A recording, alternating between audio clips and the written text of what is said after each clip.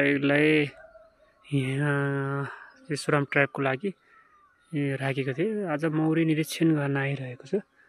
अब हेर्नुस्, अस्ति राखेको थियो, खाली थियो है, तर निरीक्षण गर्न फेरि आइरहेको छ।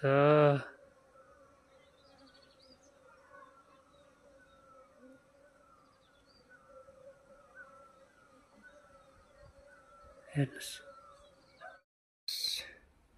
मैले सोराम ट्र्याप राखेको थिएँ योको तल, तर मौरी आइसकेको छ।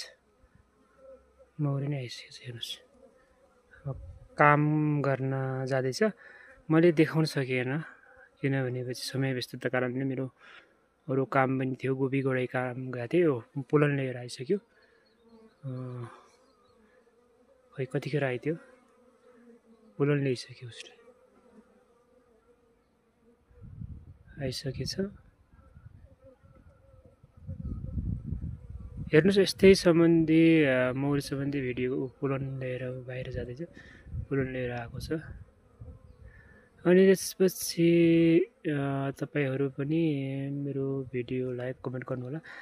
तपाईलाई मैले जो मौरीलाई कसरी ट्र्याप पार्ने भन्ने को लागि, मौरीलाई कसरी सोरामलाई ट्र्याप पार्ने, अनि भेरपाटेको मौरी अनि कुट लिएर आएछ पुलन, भेरपाटेर आएको मौरीलाई कसरी ट्र्याप पार्नेको लागि भन्नेको लागि मैले भिडियो बनाएको छु होइन, डिस्क्रिप्सनमा छ होइन, भित्र गएर हेर्नु होला। हेर्नुस् कतिखेर आएछ थाहै भएन। बिहान एउटा सोराम आएको थियो, म बिहान 9 बजी आइसकेको थियो, त्यो अर्को बक्समा आएको थियो होइन। योमा फेरि म काममा गएको थिएँ, देखाउन सकिनँ, भिडियो आएको देखाउन सकिनँ। बिहान त मैले काम गर्दा गर्दै आएको थियो, बिहानै हेर्नु खेत नजिकै थिएँ, त्यही कारणले बनाएको थिएँ भिडियो। अनि यसमा चाहिँ मैले राखेको यसमा राखेको कति भयो, आज 2 दिन भयो यहाँ राखेको। राख्दाको दिनैमा हेर्न आइरहेको थियो, फेरि 2 दिन पानी परेको कारणले आउन सकेन। पानी परिरहेको 2 दिन तक।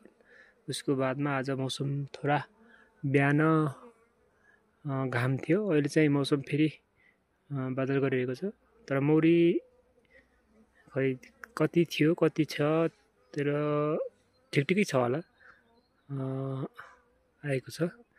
तपाईँ पनि यस्तै सोराम ट्र्याप रुखहरूमा अनि राखमा राखेर ट्र्याप पार्न सक्नुहुन्छ है, सोरामलाई ट्र्याप आकर्षण गर्न सक्नुहुन्छ। यस्तै भिडियो हेर्न लागि मेरो युट्युब च्यानल सब्सक्राइब लाइक गरिदिनु होला यदि मन परेछ भने।